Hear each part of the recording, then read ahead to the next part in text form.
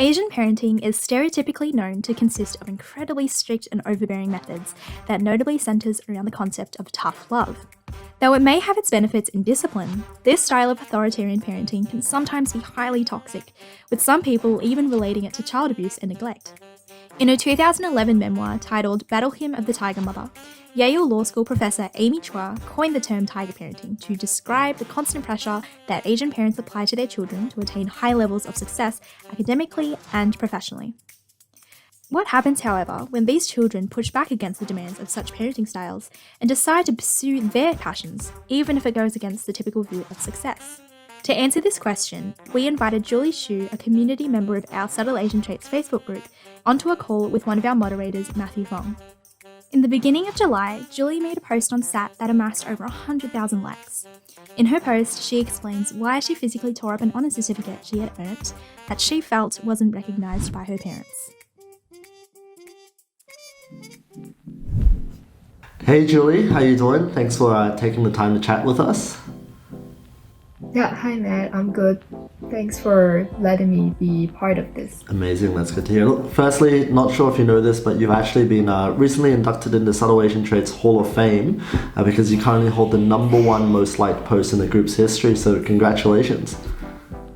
Thank you. Wasn't expecting this at all. That's awesome. Look, so many people have obviously seen your post, and there's been so many comments to thank you for sharing your story, because it's kind of shown us all how we can follow our passions and our dreams, even when sometimes our parents disagree with them. But just for those kind of watching our video and who haven't heard of your story yet, do you want to just give us a quick summary of what happened?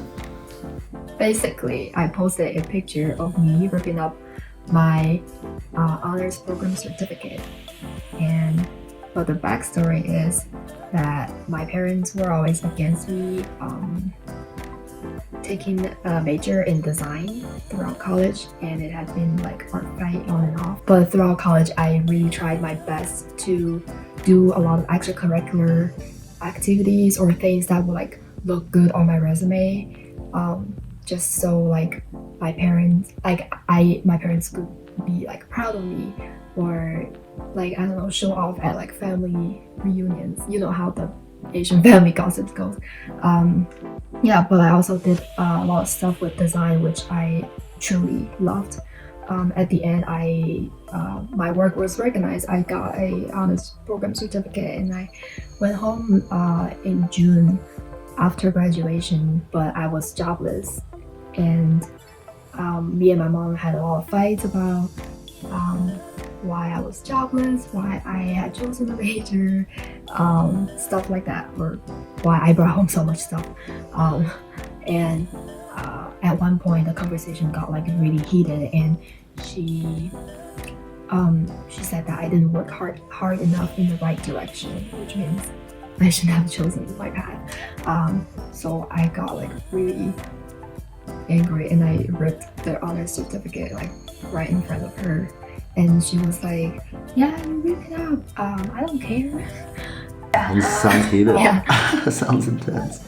1 hour after I ripped out the certificate, I drafted like this little rant on social media. I was going to post it on my own like Facebook feed, but then for some reason, I don't know why, I just like I tried like, okay, maybe I'll try to post it on Subtle Asian Trait. I'm sure lots of people maybe have gone through something similar.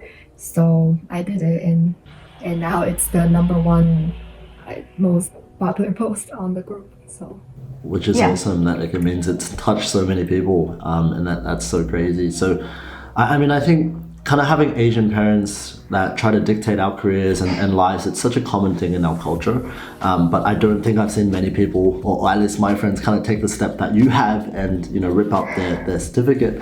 So can you kind of explain what led you to that decision to maybe do that? I sort of realized that maybe I worked so hard in college. Some part of me working hard was to impress them, to meet their expectations, to make them feel proud of me.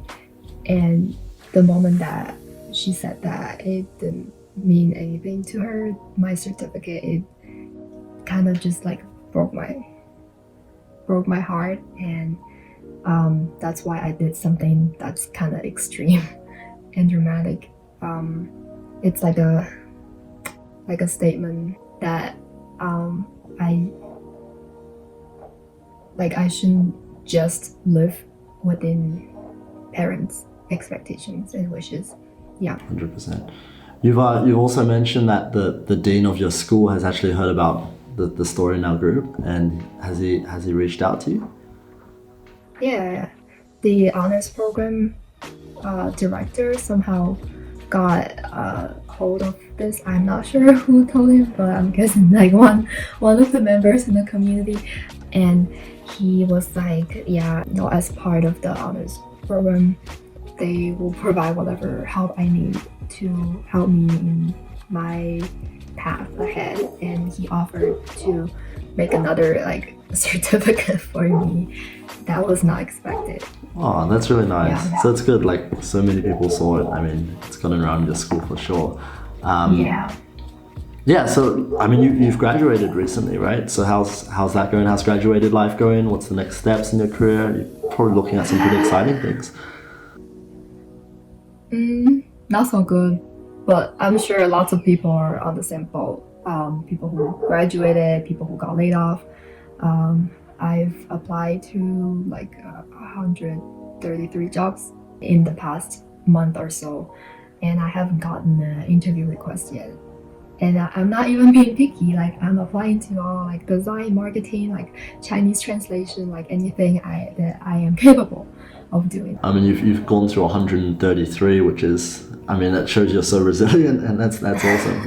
But Julie, like, so you know, like, there's been so much positive support, including the team at Subtle Asian Traits. They just love you. They love your story. And I also realized, though, I feel like there were some kind of comments in there that were a bit of negative feedback, or kind of people who saw the movement as a bit dramatic or maybe disrespectful to your mum. So kind of in hindsight, how do you respond to that? Or do you feel like you agree with them in any way?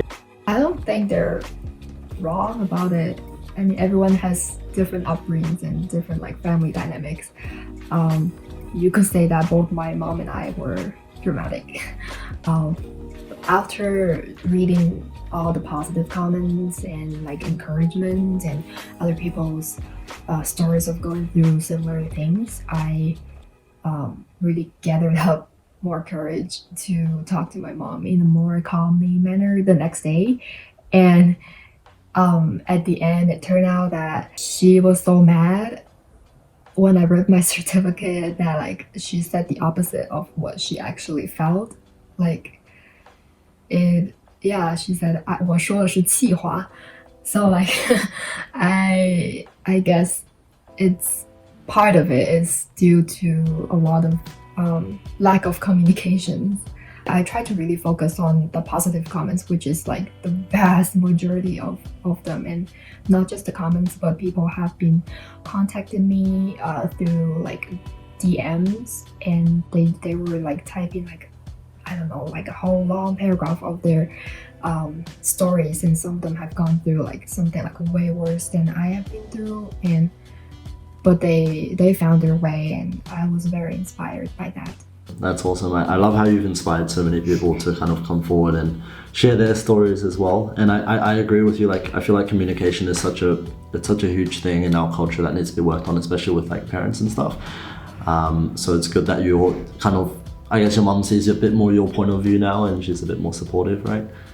Yeah, that's amazing.